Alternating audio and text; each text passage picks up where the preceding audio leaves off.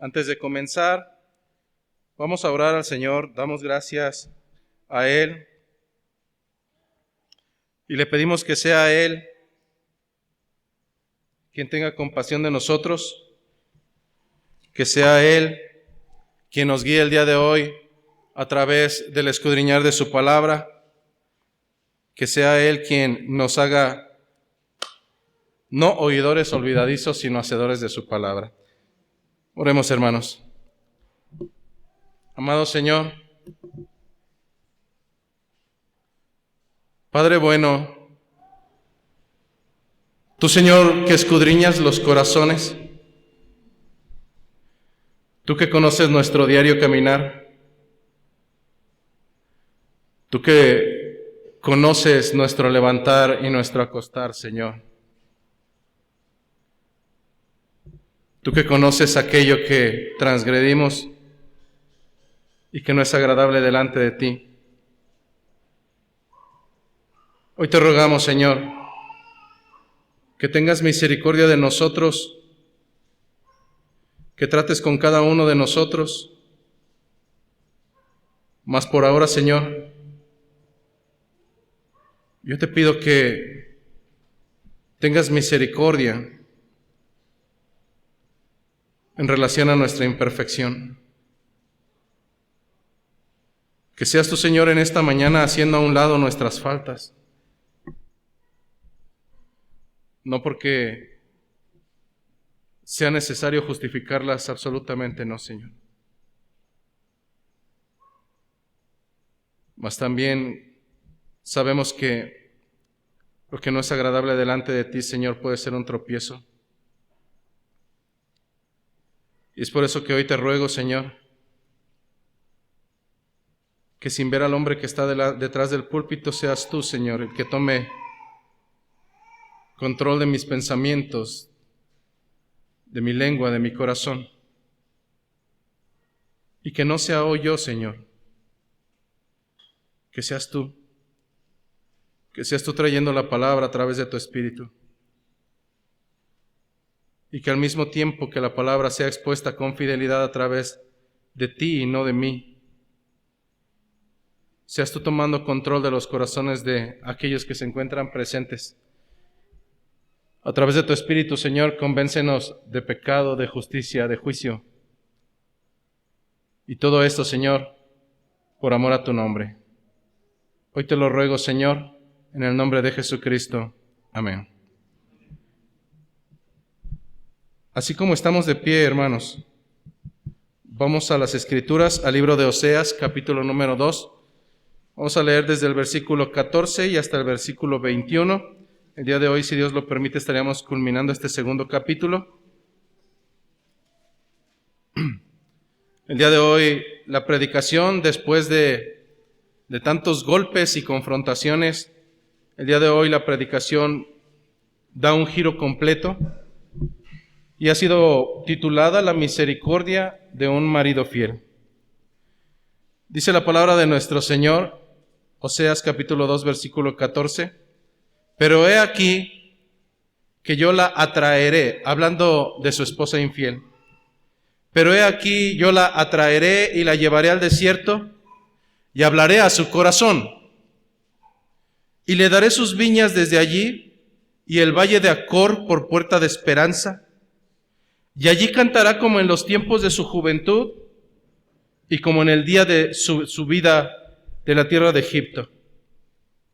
En aquel tiempo, dice Jehová, me llamarás Ishi, y nunca más me llamarás Baali, porque quitaré de su boca los nombres de los Baales, y nunca más se mencionarán sus nombres. En aquel tiempo haré para ti pacto con las bestias del campo, con las aves del cielo y con las serpientes de la tierra, y quitaré de la tierra arco y espada y guerra, y te haré dormir segura. Y te desposaré conmigo para siempre, y te desposaré conmigo en justicia, en juicio, en benignidad y en misericordia. Y te desposaré conmigo en fidelidad, y conocerás a Jehová. En aquel tiempo responderé, dice Jehová, yo responderé a los cielos, y ellos responderán a la tierra. Y la tierra responderá al trigo, al vino y al aceite, y ellos responderán a Jezreel. Y la sembraré para mí en la tierra, y tendré misericordia de Lo-ruhama, y diré a Lo-ammi, tú eres pueblo mío, y él dirá, Dios mío. Esta es palabra de nuestro Señor. Tomamos nuestros asientos, por favor.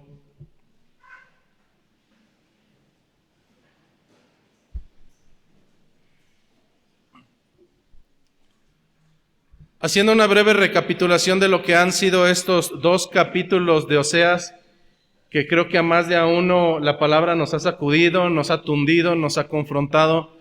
Creo que a más de alguno nos ha realmente puesto en un aprieto al hacernos semejantes a esta analogía que se utiliza por medio de Oseas y de su esposa, la cual se dedicaba a situaciones no convenientes, era una ramera, a su esposa Gomer.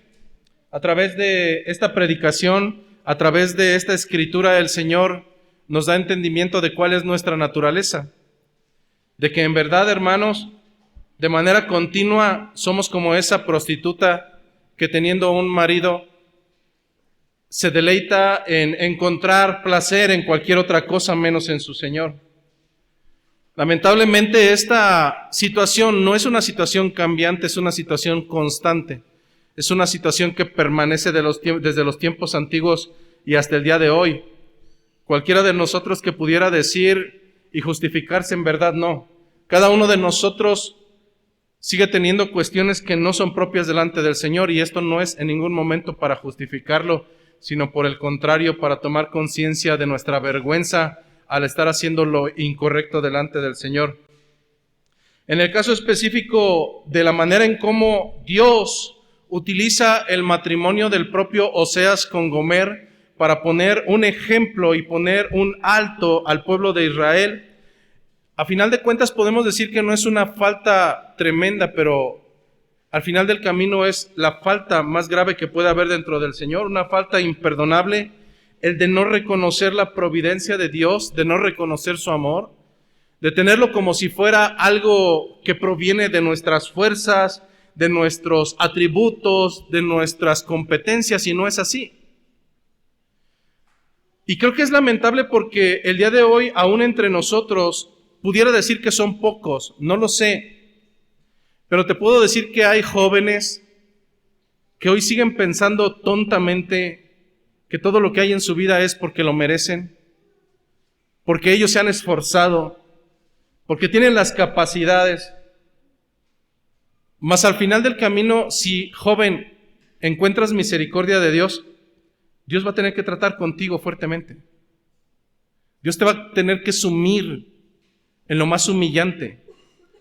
¿Por qué sumirnos en lo más humillante? El día de hoy veremos y hablaremos acerca de ello, porque en ocasiones simplemente será necesario, para doblegar al soberbio, llevarlo hasta el desierto. Llevar al soberbio hasta el lugar donde no hay absolutamente nada. Así es que el tema central de la palabra en las últimas semanas no es un tema para los israelitas de hace miles de años. Es una palabra que sigue viva y eficaz y que el día de hoy sigue haciendo y cumpliendo su objetivo, al igual que lo hizo con aquel pueblo necio y testarudo. El objetivo central de reprender al pueblo de Israel era que por fin entendiera en su necedad que estaba haciendo lo incorrecto y vergonzoso delante del Señor. Traducción: la palabra del Señor sí o sí siempre será, en su gran mayoría, para convencerte de tu falta y volverte al camino donde te corresponde. El objetivo central de la palabra profética para el pueblo de Israel era hacerlo recapacitar en arrepentimiento para que volviera al Dios que lo había tomado no porque fueran buenos, sino porque grande era su misericordia. Y entonces llegamos a una palabra que será el centro, el punto nodal de todo este libro, y es una palabra sumamente hermosa. La palabra misericordia. Dentro de las múltiples definiciones que puedes encontrar en los diferentes diccionarios, hay una que, bajo mi parecer, realmente traduce la esencia de este concepto. Y entonces encontramos que misericordia se traduce como la tendencia de hacer lo bueno por quien no lo merece. Misericordia igual a la tendencia de hacer lo bueno por quien no lo merece. Y es en esta tendencia a hacer lo bueno por quien no lo merecemos que el Señor tratará con cada uno de los suyos. Y esto es preocupante. No preocupante porque el Señor vaya a disciplinar a los suyos. Es preocupante porque el bastardo, el que no es hijo aun cuando lo cree, puede seguir caminando, puede seguir haciendo lo que le plazca, y probablemente en nuestra humanidad pensemos que eso está bien, mas no es así.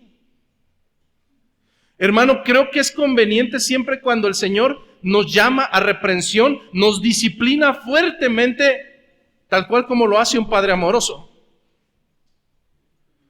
Cuando un padre, escúchame bien, mayormente tú que tienes hijos, porque probablemente puedes estar confundiendo el amor.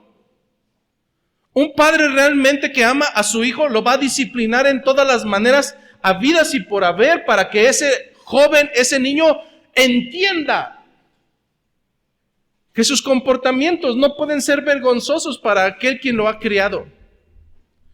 Pero mayormente porque un padre que realmente ama a su hijo sabe que si lo disciplina a tiempo, ese hijo no tendrá las consecuencias en su adultez. Sin embargo, a veces malentendemos el concepto de amor hacia nuestros hijos y pensamos que dejarlos hacer lo que quieran es amarlos cuando no es real. Cuando un niño no tiene límites, cuando un niño no tiene autoridad, cuando un niño no tiene las consecuencias de sus actos, simplemente vas a tener a un mequetrefe, adulto, soberbio, antipático, que buscará siempre tener la razón por encima de los demás, y eso le va a traer muchos dolores.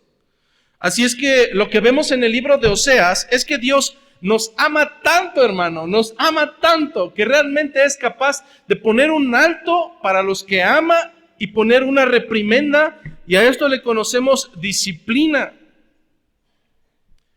En el caso de Gomer, a la cual tomó como ejemplo para que el pueblo de Israel entendiera que su comportamiento era igual e idéntico al de ella, tuvo que ponerle un alto.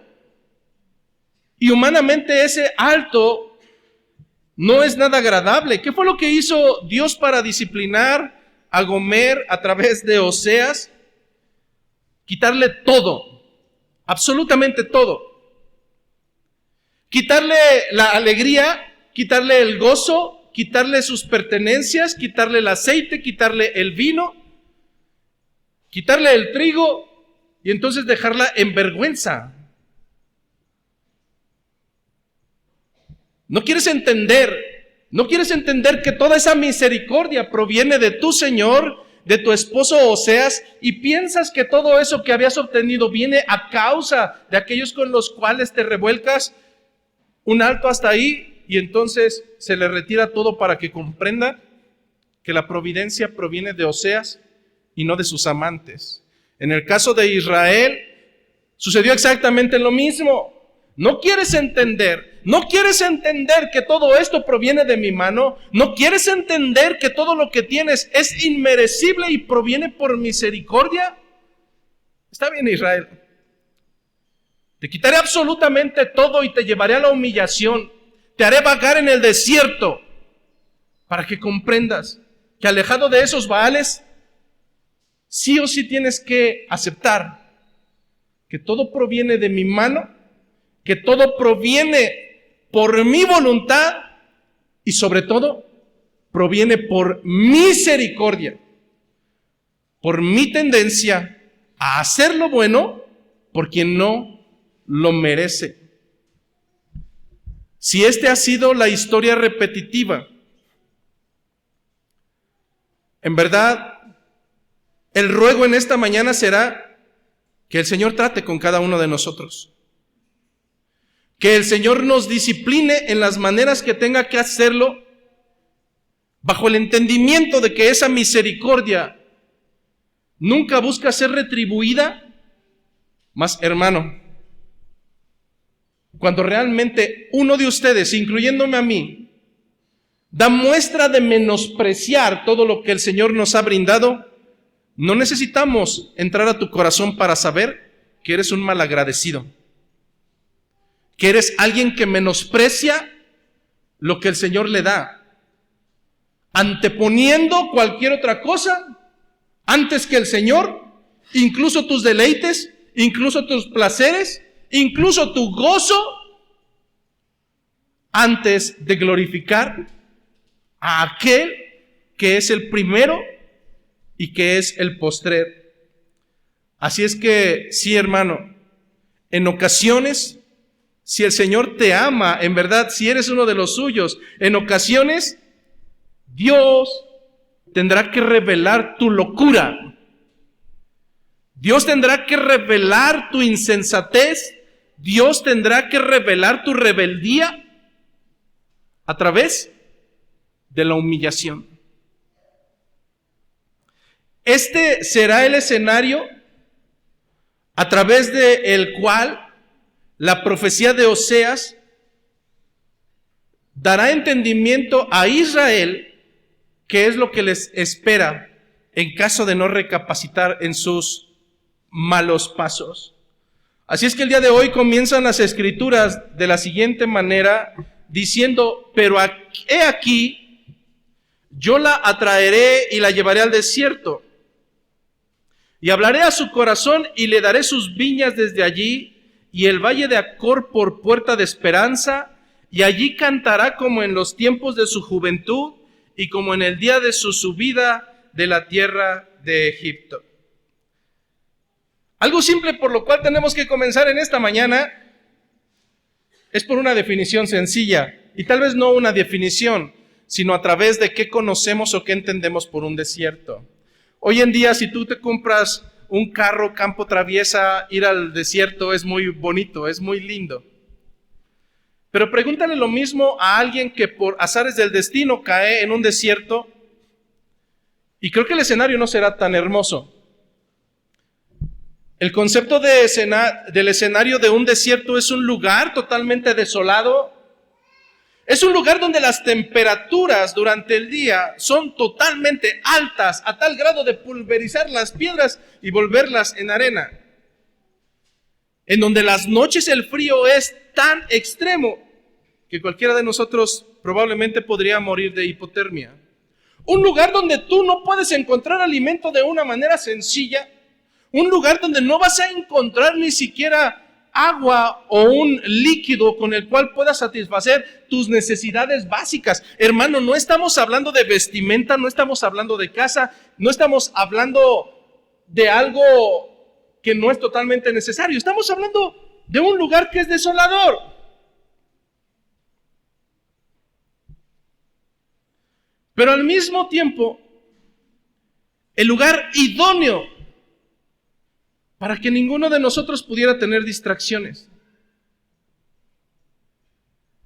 Aún durante el culto, observa a uno de los niños los más inquietos de la iglesia. Quítale los juguetes, quítale los dulces, quítale lo que tenga, y de todos modos es tan disperso y tan falto de sujeción que se va a entretener con cualquier cosa. Y me estoy yendo al extremo porque digo los niños, pero no, también tenemos adultos aquí que vienen a perder el tiempo. Pero en ese sentido, llévate a ese mismo niño a un desierto y ¿con qué se va a entretener? ¿Con serpientes, con escorpiones, con cactus? No, hermano. Es entonces el desierto el lugar humillante, idóneo, para poder llevar a un necio o a una necia y obtener totalmente su atención. Y es que en la vida cotidiana vamos a encontrar tantas distracciones. ¿Sabes que tú pudieras tener al mismo Jesucristo con sus manos abiertas delante de ti? ¿Sabes que el mismo Jesucristo pudiera bajar hipotéticamente en este mismo momento? Y si tu corazón es disperso, aún con eso, ¿perderías el tiempo en tonteras? Eso es lo que sucedió a una mujer. En el libro de Lucas capítulo 10, versículo 38 al 42, Lucas 10, 38 al 42, nos dice que aconteció que yendo de camino, hablando de Jesucristo, aconteciendo que yendo de camino, entró en una aldea y una mujer llamada Marta le recibió en su casa. Lo primero que debes de entender es que Jesucristo iba pasando. Jesucristo no le pidió a Marta que le abriera las puertas. Jesucristo no le dijo, como a veces podemos decir nosotros, invítame a tu casa. No. Él iba pasando, entró a una aldea y una mujer llamada Marta le recibió en su casa. Sigue las escrituras y dice, esta tenía una hermana que se llamaba María. ¿Quién fue quien invitó a Cristo a pasar? Marta. Y Marta tenía una hermana llamada María. Dicen las escrituras, María, la cual sentándose a los pies de Jesús, oía sus palabras. Pero Marta, la que lo había invitado, se preocupaba con muchos quehaceres y acercándose dijo, Señor, ¿no te da cuidado? Todavía se molestó. Es decir, invitas al Señor, lo haces pasar y te pones a hacer tus pendientes y todavía se molesta. ¿No te da cuidado que mi hermana me deje servir sola? Dile pues que me ayude. Respondiendo Jesús, le dijo, Marta, Marta, afanada y turbada estás con muchas cosas. Pero solo una cosa, solo una era necesaria. Y María ha escogido la buena parte, la cual no le será quitada. Entre semana, ¿cuáles son tus quehaceres, hermano, hermana? El mismo domingo.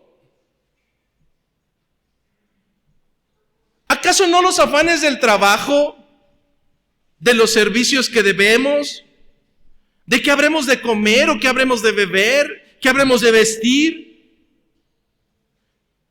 nos lleva a priorizar todas y cada una de las cosas y darles el lugar que a Dios le corresponde? La respuesta es sí.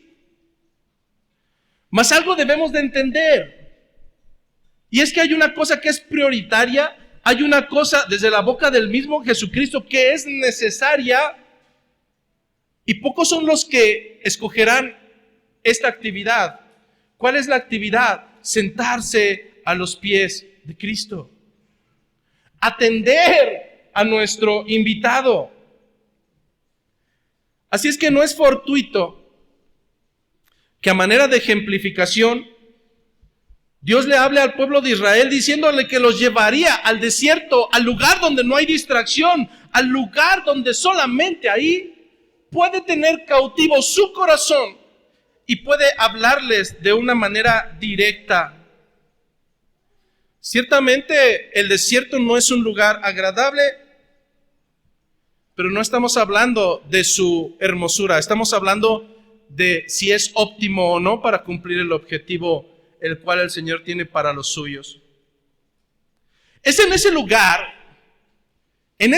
que probablemente no es tan agradable, pero es el óptimo para lograr el objetivo, que el Señor seducirá nuevamente a su esposa que se había alejado y la tendrá que apartar de sus amantes para hablar a lo más íntimo, para hablar a su corazón. Esto sería lo que tendría que hacer el Señor con un pueblo necio. No quieres entender. No quieres entender. Es decir, eres capaz de hacerte otros ídolos para atribuirles la bienaventuranza y la misericordia que tengo contigo. Te voy a llevar al desierto. Te voy a llevar al lugar donde no habrá más distracciones, donde tus baales no estarán presentes, y entonces te darás cuenta que realmente la misericordia siempre provino de mí y no de cualquier otro lugar. Es curioso cómo en este pequeño segmento escritural el Señor, a través de Oseas, da entendimiento de que en el desierto el Señor retornaría y brindaría al menos 3 cosas para su pueblo. Dice que en ese desierto le daría sus viñas. Dice que en ese desierto le daría el valle de Acor por puerta de esperanza. Pero además en ese desierto le haría recobrar la felicidad, tal cual como en su juventud. Aquí quiero irme un poco más detenido y quisiera hacer un paréntesis. Pastor, si el Señor nos quisiera llevar a un desierto, pues tendría que llevarnos a Mexicali. O tendría que llevarnos a un lugar muy lejano de aquí. ¿Acaso el Señor me llevará en autobús o en avión a ese lugar? No, hermano. Es que el Señor no necesita llevarte a un lugar físico para quitarte todo lo que tienes. El Señor no necesita llevarte en avión para humillarte y llevarte hasta lo más ruin desde tu propio parecer. Una y otra vez, cuando el Señor trata con nosotros, ¿no sabes cómo es?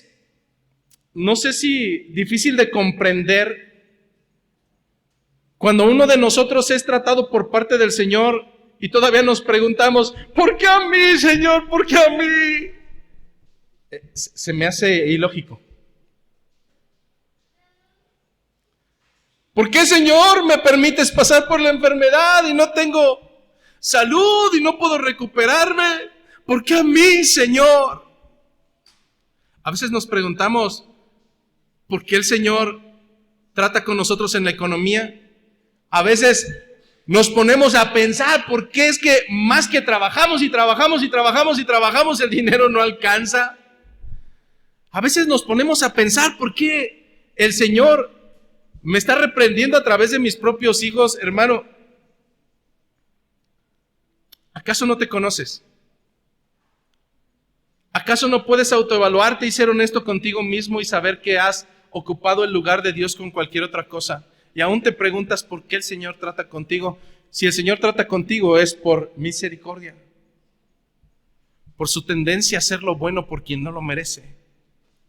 Y es en este escenario donde el Señor tendría que llevar al pueblo de Israel al desierto después de haberle quitado todo cuanto tenía. Después de haberlos llevado a la humillación de ser esclavos, después de haberlos tenido, diciendo el pueblo de Dios, al servicio de Faraón egipcio, después de haber sido mantenidos en cautividad, hermanos, el Señor tuvo que desnudarlos, el Señor tuvo que quitarles todo en cuanto tenían. ¿Pero acaso la reprensión será para siempre? No, hermano. Las Escrituras nos dan entendimiento, al menos a través del ejemplo con el pueblo de Israel, que número 1, en ese lugar donde el Señor hablaría a su corazón, el Señor le regresaría sus viñas. Este pueblo había tenido bienaventuranza, este pueblo había tenido cosechas, este pueblo había tenido el suficiente alimento como para incluso guardar en los graneros. Mas a raíz de su pecado el Señor tuvo que tratar con ellos para quitarles ese grado de misericordia, porque ellos no comprendían, ellos estaban cegados a raíz de su pecado y no comprendían de dónde provenía toda esa bienaventuranza, pues provenía de aquel que los amaba. Así es que el hecho drástico es que el Señor tuvo que retirarles cuanto les había dado por misericordia. Ahora en el desierto solamente habrían dos, solamente estarían ellos y el Señor. No estarían los Baales, no estarían los ídolos, no estaría ninguno de ellos, solamente estaría la esposa infiel y el esposo fiel. Mas el Señor por misericordia dijo: ahí en el desierto donde hablaré a tu corazón, tus viñas te serán regresadas. En ese lugar desierto, ¿a quién le puedes atribuir la misericordia?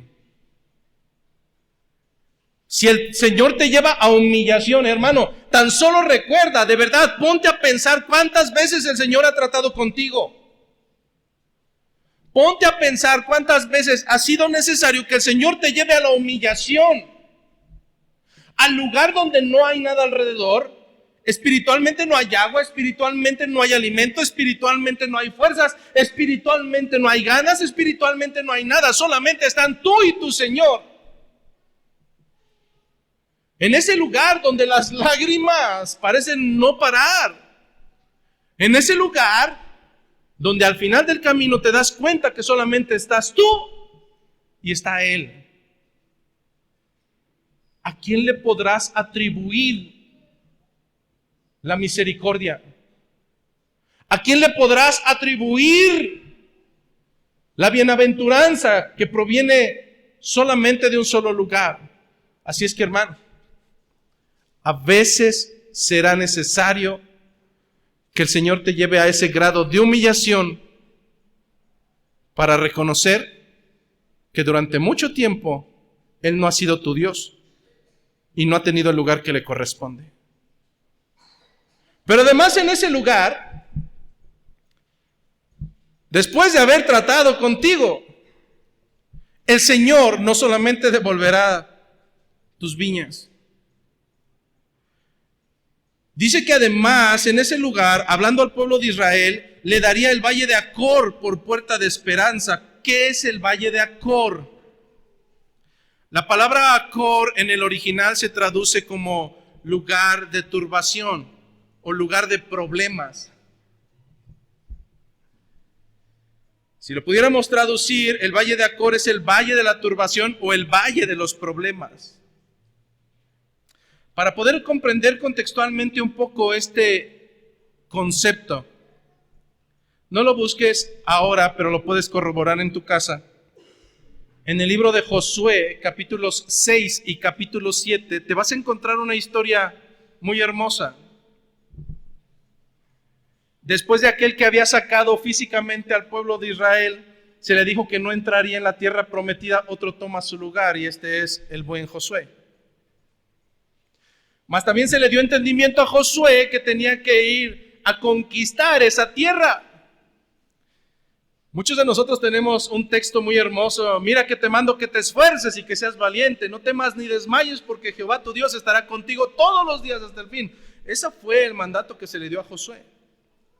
Porque Josué tendría que enfrentar al menos 3 poblados para poder conquistar la tierra prometida.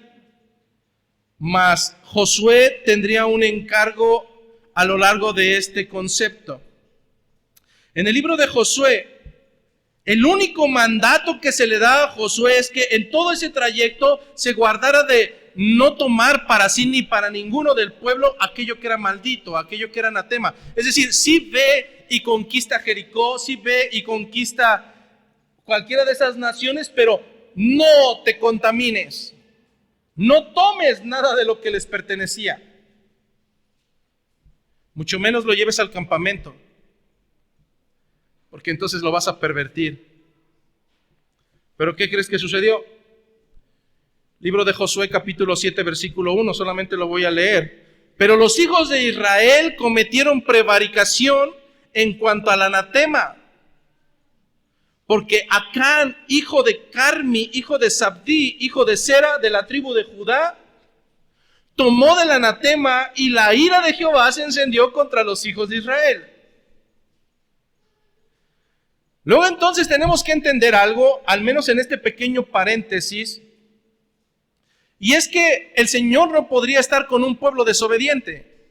¿Sabes que a veces nos justificamos y decimos, bueno, es que Dios me ama tal y como soy? No, Dios no te ama tal y como eres.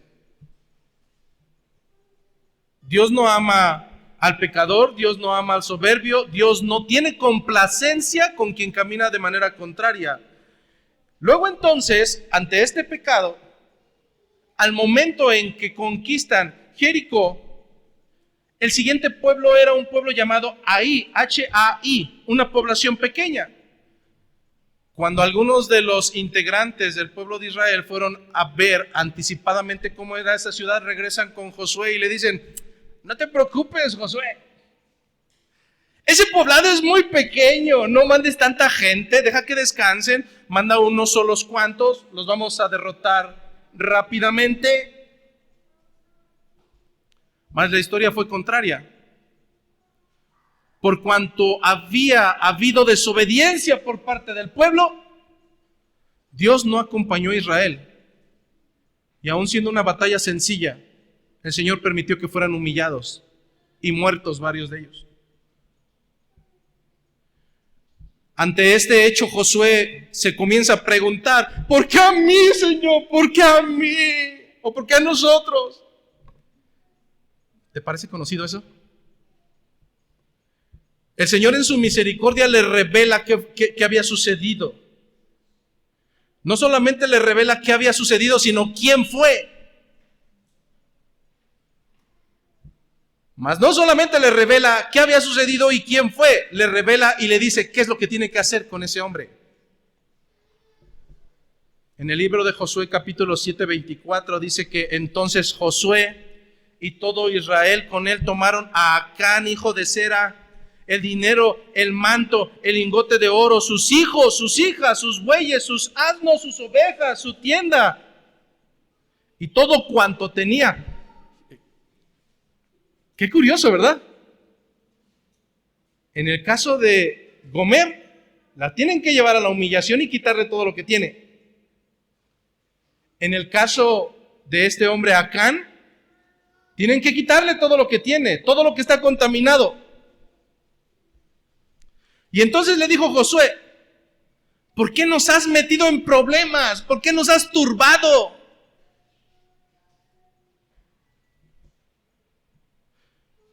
Ahora túrbete Jehová en este día.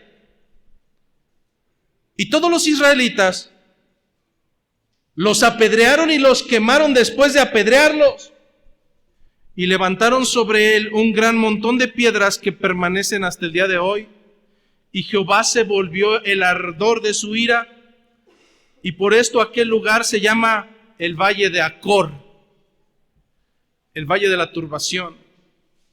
El Valle de los Problemas hasta el día de hoy.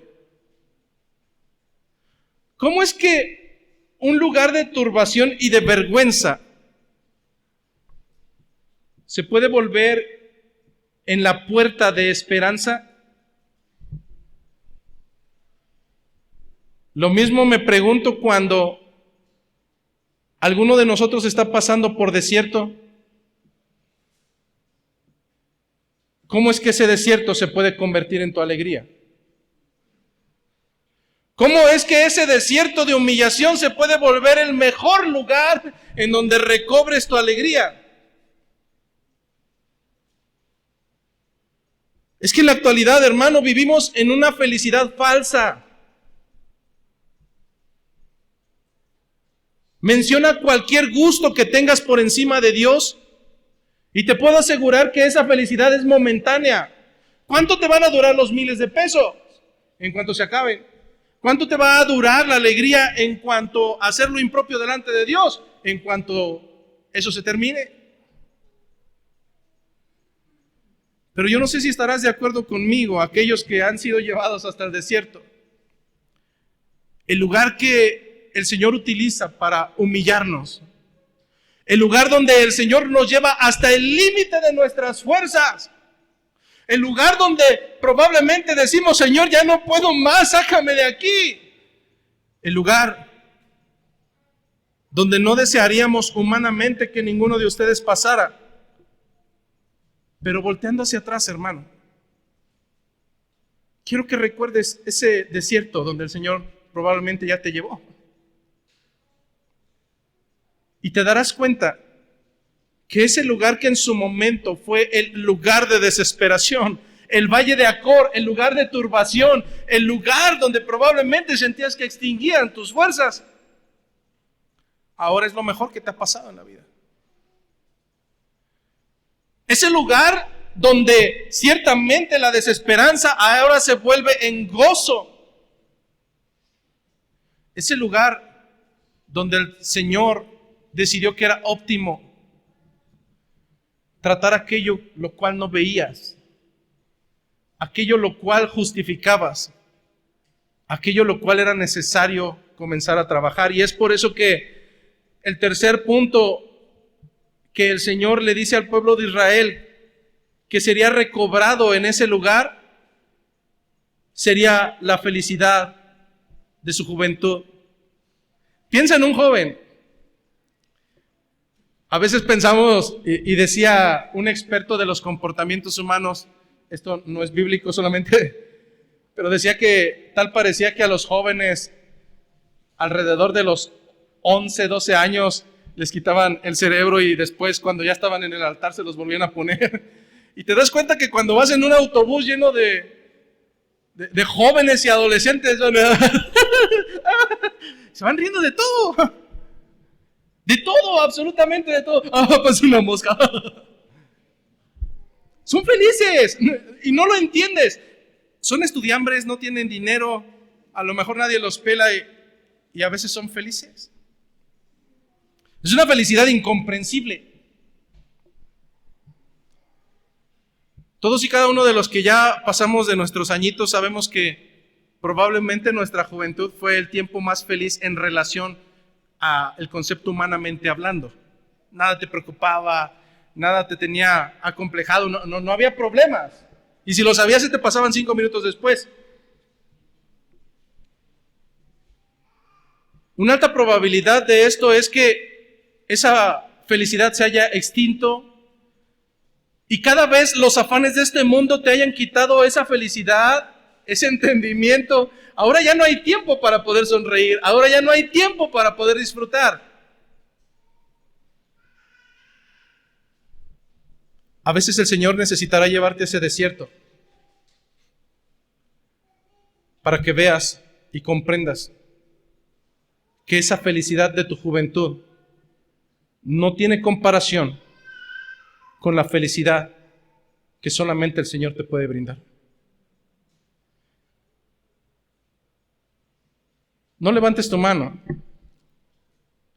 pero yo creo que más de uno de nosotros ha pasado por desempleo. Cuando todo parecía estar bien. Si mañana encuentro trabajo, pasa un mes, pasan 2 meses, pasan 5 meses, pasa un año y no llega nada, absolutamente nada. La nevera ya se quedó vacía, las gavetas ya no tienen alimento y no hay día en el cual no supliques al Señor cuando antes no lo hacías. Es que, hermano, parece ilógico el caminar de Israel, parece ilógico el caminar de Gomer, pero es el mismo camino que tenemos tú y yo. ¿Qué sucede cuando la enfermedad no cesa, hermanos? Cuando tal parece que no hemos salido de una y ya llegó otra y otra más y nuestro cuerpo ya está cansado y está dolorido y queremos ya incluso que el Señor nos lleve. ¿Acaso no es en ese desierto donde llevas y doblegas tus rodillas y de día y de noche suplicas: Señor, calma mi dolor, Señor, ayúdame en mi angustia, Señor, libértame de esto que me tiene agobiado?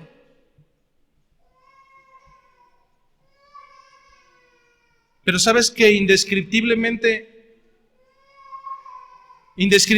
llega un momento en ese desierto en el cual eres capaz, por misericordia, de dejar todas tus cargas sobre Él.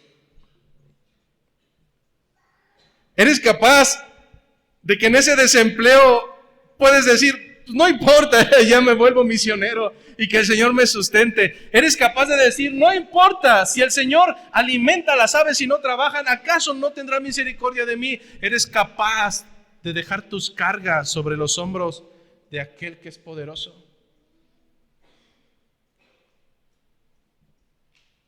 ¿Y si la falta de alimento no hubiera llegado? ¿Y si la enfermedad no hubiera llegado? ¿Y si la desesperación no hubiera llegado? La respuesta es, seguirías confiando en tus propias fortalezas. A veces es necesario, hermano. A veces es necesario que el Señor nos lleve allí. Mas ¿cómo es posible en medio de la tribulación y en medio de la angustia sentir paz? Es que, hermano, esto solamente lo vamos a experimentar cuando todas nuestras cargas, cuando todas nuestras necesidades estén sobre los hombros del Señor. El Salmo número 30, versículo 6, dice así: en mi prosperidad dije yo,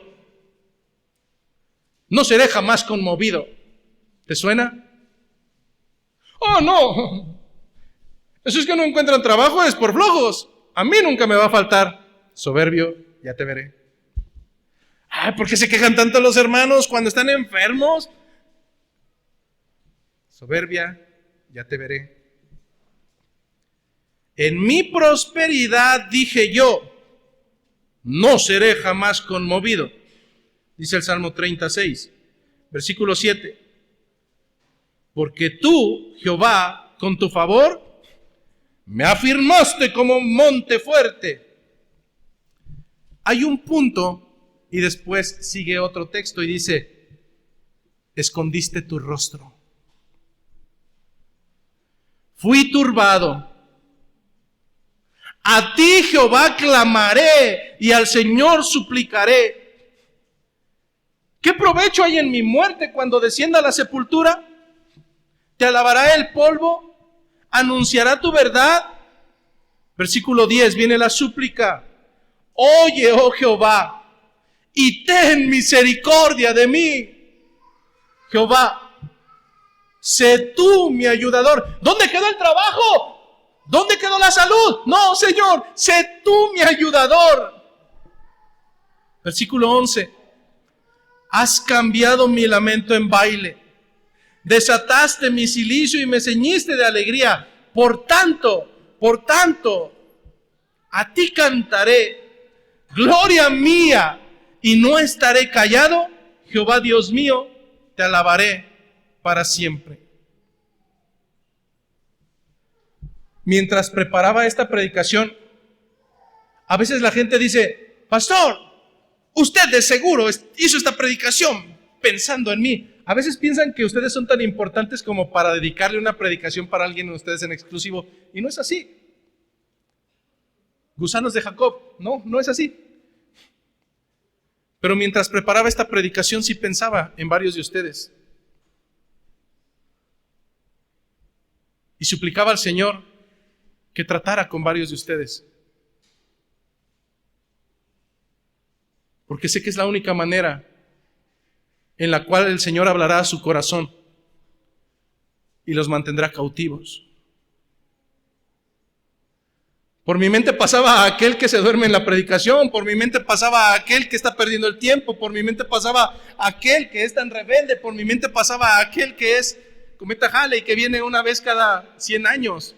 Por mi mente pasaban aquellos que hoy caminan inmaduramente. Por mi mente incluso pasaba yo mismo. El Señor tiene que tratar con nosotros. El Señor tiene que llevarnos al desierto. ¿Sabes qué es lo más peculiar? Que el amor de Dios es tan grande que probablemente alguno de ustedes ya lleva más de 5 o 6 o 100 desiertos y no entiende. ¿Cuál será el siguiente paso del Señor? Yo no lo sé. Pero en ocasiones será necesario. Dice el versículo 16 del verso del texto base: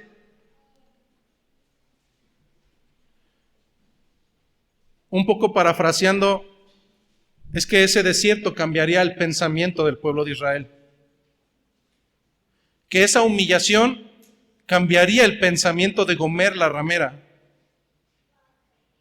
Y sabes que cuando pido al Señor que nos haga pasar por ese desierto, es teniendo en mente que ese desierto nos llevará a un cambio de parecer, a un cambio de actitud. ¿Cuál fue ese cambio de actitud a raíz del pueblo de Israel? Versículo 16. En aquel tiempo dice Jehová, me llamarás Ishi, el cual se traduce como mi marido. En aquel tiempo dice Jehová, me llamarás mi marido, o me llamarás marido. Y nunca más me llamarás Baali, o Señor. No es sino en el desierto, hermanos, no es sino en la humillación que la nación de Israel, a raíz de 40 años, tendría que tomar conciencia de que había menospreciado la misericordia del Señor. No es solamente sino a través del desierto en Gomer que le fue quitado todo para comprender y tomar razón y hacer un cambio de actitud delante de su amado esposo. ¿Qué hará el Señor contigo? Yo no lo sé. ¿Qué hará conmigo? No lo sé. Pero es necesario que el Señor nos haga entrar en razón. A raíz de este desierto, el Señor hizo que el pueblo de Israel mayormente renunciara a sus ídolos y regresara a Dios. Es peculiar cómo es que la palabra utilizada en el hebreo para referirse al Señor es Baali. Es que hasta dónde llegó su ceguera de estos ingenuos, hasta el grado de suplantar totalmente a Dios por Baal, y entonces ahora ya no decir Señor, sino decir Baali. Baali es mi Señor. Satanás es mi Señor, decían estos hombres. Suena fuerte. Suena totalmente fuerte decir que Satanás era su Señor.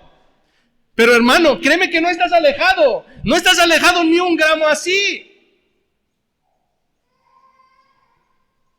O estás con el Señor o estás en su contra. O juntas o desparramas. Hermano, no puedes estar con los dos pies en diferentes lugares. O estás en uno o estás en el otro. Hay una alta probabilidad de que para algunos de nosotros, incluso hoy en día, esta aberración sea una realidad. Que Dios no sea nuestro Señor. Que nuestros Baales sean nuestro principio y nuestro final. Mas a través de la misericordia y después de haber sido tratados por medio del desierto, el Señor los llevaría a este cambio de pensamiento en el cual ya no le llamarían más Baali. Ahora sería su marido. Aquel que merece respeto, aquel que merece todo el honor. Así es que Israel deberá usar una palabra distinta a partir de ese momento para demostrar su devoción, su agradecimiento a tanta misericordia exclusiva, total a Dios y no a Baal.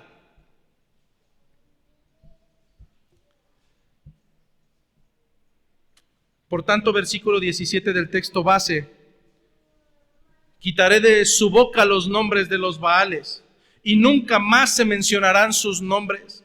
En aquel tiempo haré para ti pacto con las bestias del campo, con las aves del cielo, con las serpientes de la tierra, y quitaré de la tierra arco y espada y guerra, y te haré dormir segura.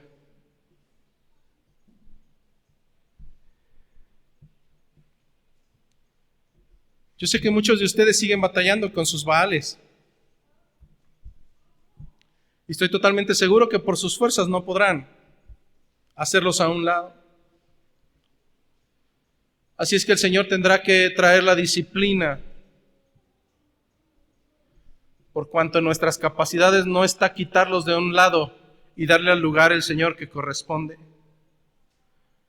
Mas en ese momento lleno de misericordia, Porque debido a nuestra incapacidad espiritual de obrar en retribución a la misericordia de Dios, debido a nuestra incapacidad, Dios tendrá que tratar con nosotros. Sin embargo, será en ese momento en que el Señor afiance el pacto nuevamente con nosotros. Y al igual que en el Génesis, al igual que en el momento de la creación, pondrá por testigo todo cuanto ha sido creado, para poder sostener, para poder dejar claridad que por cuanto es Dios, Él no miente, y ese pacto será verdadero. En el momento de la creación, al hombre no le faltaba nada. Todo cuanto era requerido para poder vivir, el Señor se lo había dado. Mas el pecado siempre traerá consecuencias. Siempre, siempre, siempre.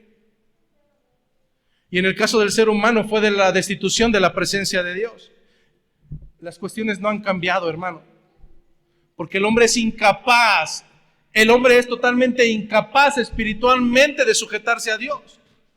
Por tanto, es el Señor quien lo tiene que sujetar.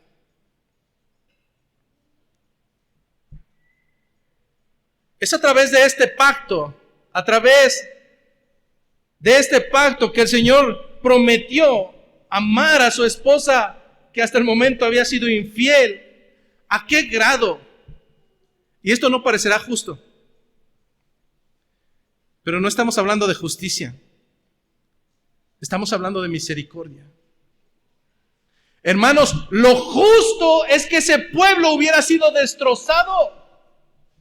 Lo justo es que Gomer hubiera sido lapidada y muerta.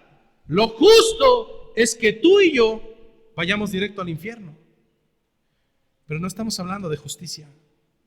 Estamos hablando de la tendencia de hacer lo bueno porque no lo merece.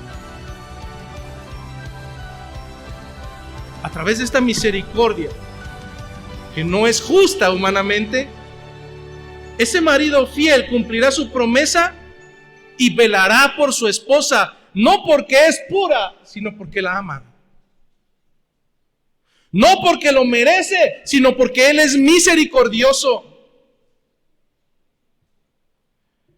Y es en ese pacto donde el Señor la llevará a tener una paz que sobrepasa todo entendimiento. Esto es lo mismo que nos dice el Nuevo Testamento en Filipenses capítulo 4, versículo 4. Regocijaos en el Señor siempre. Regocijaos en el Señor. No dice regocijaos en vuestro trabajo. No dice regocijaos en vuestras preocupaciones. No dice regocijaos en vuestra bienaventuranza. No dice regocijaos en el amor de tus compañeros gentiles. No, hermano, dice regocijaos, alégrense en sobremanera. ¿En quién? En el Señor. ¿Cuándo? Siempre. Otra vez digo regocijaos en el Señor. Vuestra gentileza sea conocida de todos los hombres. El Señor está cerca. Por nada estés afanosos, sino sean conocidas vuestras peticiones delante de Dios en toda oración y ruego con acción de gracias. Hermano, ¿qué te quita el sueño? Hermano, ¿qué te quita la paz? El consejo del Señor vuelve a ser el mismo. Tu refugio tiene que estar en Él. Porque solamente Él brinda misericordia. Porque solamente Él no nos paga conforme a nuestras obras. Hermanos, regocijaos en el Señor. Y si has de tener necesidades, y si por algo pudieras estar afanoso, el Señor da entendimiento. No vale la pena. Si algo necesitas, si algo no está hoy en tu vida, dice la palabra, sean conocidas vuestras peticiones, ¿delante de quién? Delante de Dios. A través de toda oración y ruego y con acción de gracias. Hermano, cuando lleguemos a ese punto de reconocer que la misericordia y la providencia solamente tienen una fuente, en el momento en que realmente seamos lo suficientemente entendidos para agradecer y retribuir al Señor tanta misericordia, hasta ese momento se cumplirá el versículo 7, y la paz de Dios que sobrepasa todo entendimiento guardará vuestros corazones y vuestros pensamientos en Cristo Jesús.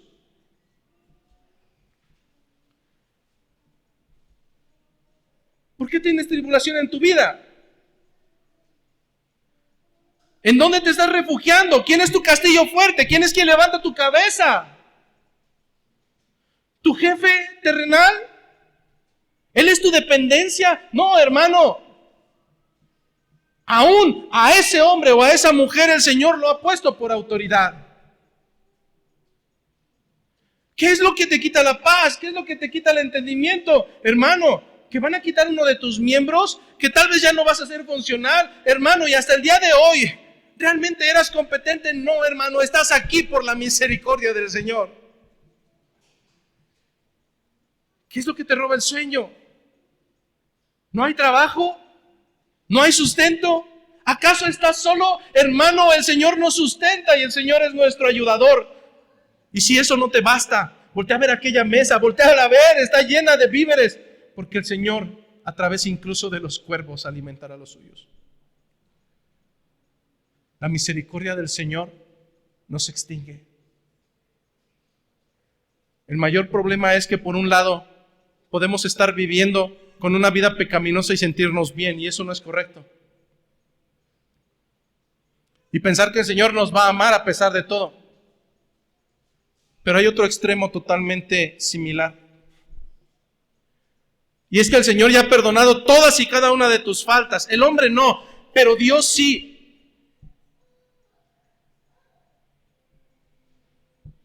Pero en esta tierra siempre hay un acusador.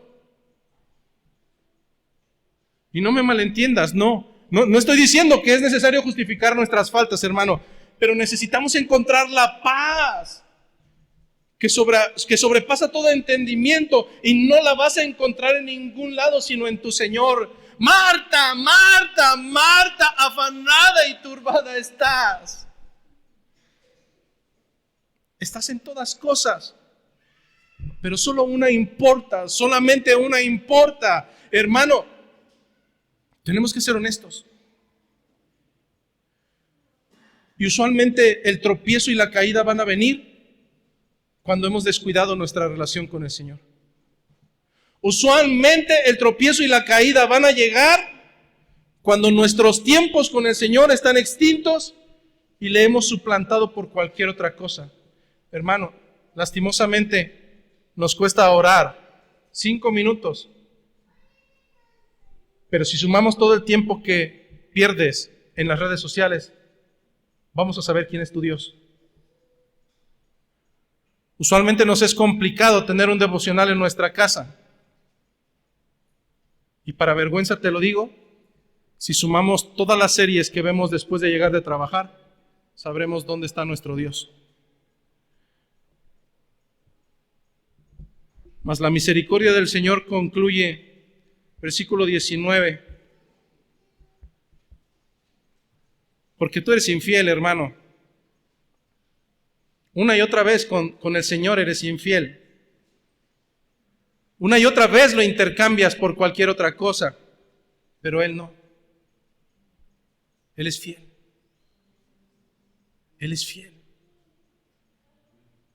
Versículo 19. Y te desposaré conmigo. ¿Para cuándo? Para siempre. Te desposaré conmigo. Tal vez en aquel tiempo daban un dote y daban cereales, daban animales, y eso era la retribución para el padre de familia que ahora entregaba a su hija. Bueno, lo que está diciendo el Señor, y te desposaré conmigo, primero, no para un momento, sino para siempre, pero además te desposaré conmigo, no a través de cereales, no a través de granos, no a través de animales, no. La dote que yo daré será justicia, será juicio, será benignidad, Y además, será mi tendencia a hacer lo bueno por ti, aun cuando no lo merezcas. Mi dote será misericordia. Y te desposaré conmigo para siempre, te desposaré conmigo en justicia, en juicio, en benignidad y misericordia. Y te desposaré conmigo en fidelidad y conocerás a Jehová. Así es que, hermano, ¿cuántas veces has tropezado? ¿Cuántas veces vas a seguir tropezando? No lo sé. Mas hay una promesa, hay un pacto. Y no lo hizo un hombre. Preocúpate si ese pacto lo hizo quien está sentado a tu lado. Pero no, ese pacto lo hizo el Señor. Y el pacto para con los suyos es que esa dote estaría presente a través de su tendencia de hacer lo bueno por quien no lo merece. Y además lo haría con fidelidad. Quiero concluir en esta mañana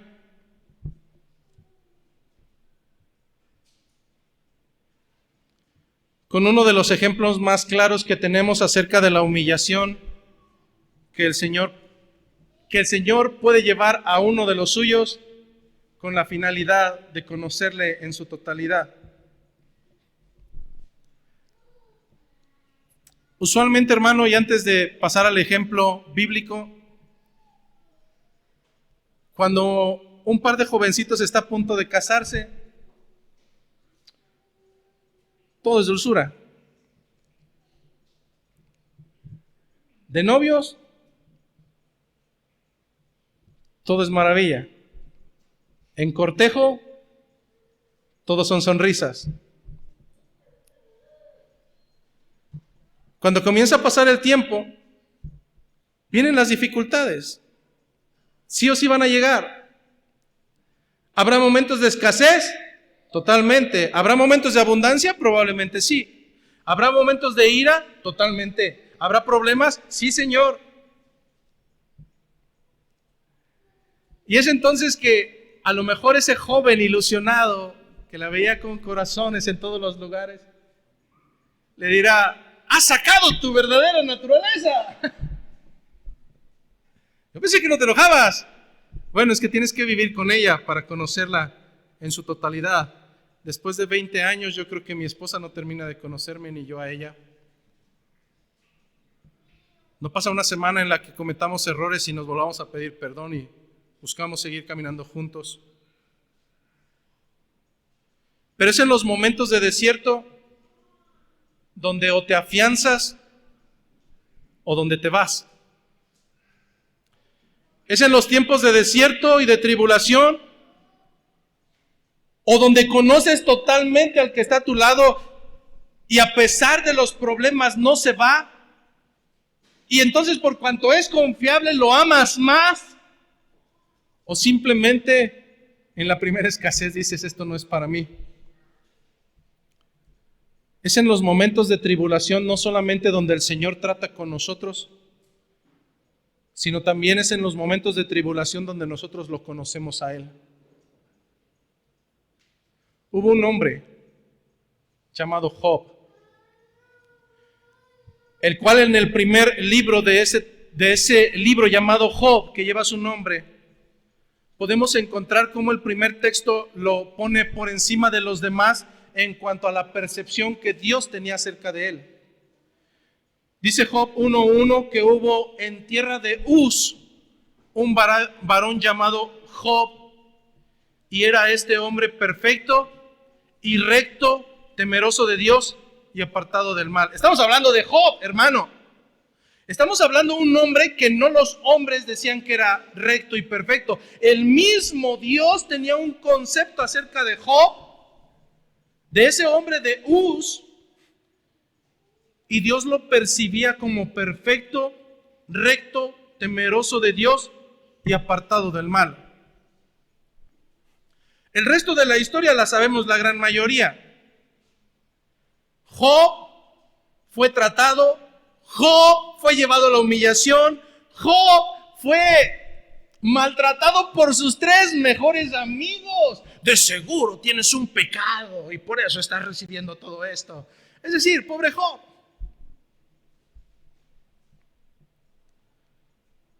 Mas lo bello de la historia de Job no es haber sido considerado como un hombre perfecto y recto delante de Dios. Más adelante veríamos que a través de todo este proceso, incluso Job maldijo el día en que nació. Entonces, ¿qué es lo hermoso de todo esto? Lo hermoso es el desenlace, hermano. Lo hermoso es lo que encontramos al final de la prueba. Lo hermoso es lo que encontramos al final del proceso de misericordia. Y es que Job, pensando en que conocía a Dios, llega a esta hermosa conclusión en el capítulo número 42, versículo 2. Después de 42 capítulos, después de toda una historia de haber sido tratado, Job reconoce diciendo: yo conozco que todo lo puedes. ¡Wow! ¿Te puedes imaginar cómo tendrías que ser tratado tú o cómo tendría que ser tratado yo para poder decir con certeza: Señor, conozco que todo lo puedes? Todo. Y continúa diciendo: y que no hay pensamiento que se esconda de ti, ni uno solo. Conozco ahora que todo lo puedes, y ahora conozco, Señor, que no hay pensamiento que te pueda ser oculto. ¿Quién es el que oscurece el consejo sin entendimiento? Por tanto, reconoce Job: yo hablaba lo que yo no entendía. Yo hablaba lo que yo no entendía. Cosas demasiado maravillosas para mí que yo no comprendía. Y finaliza Job con una súplica: oye, te ruego y hablaré. Te preguntaré y tú me enseñarás. Versículo 5. Y este será mi anhelo para la iglesia, que lleguemos a este proceso, hermano. Que lleguemos al final de cada uno de nuestros procesos de reprensión, que lleguemos al final de nuestro desierto, que lleguemos al final de nuestra disciplina, que lleguemos al final de nuestro proceso de humillación, y lejos de lloriquear, y lejos de renegar, y lejos de vituperar el nombre del Señor, podamos decir al igual que Job: de oídas te había oído, mas ahora mis ojos te ven. Que el Señor tenga misericordia de nosotros. Y si el Señor comienza a tratar contigo, dale gracias, porque es sinónimo de que aún te ama.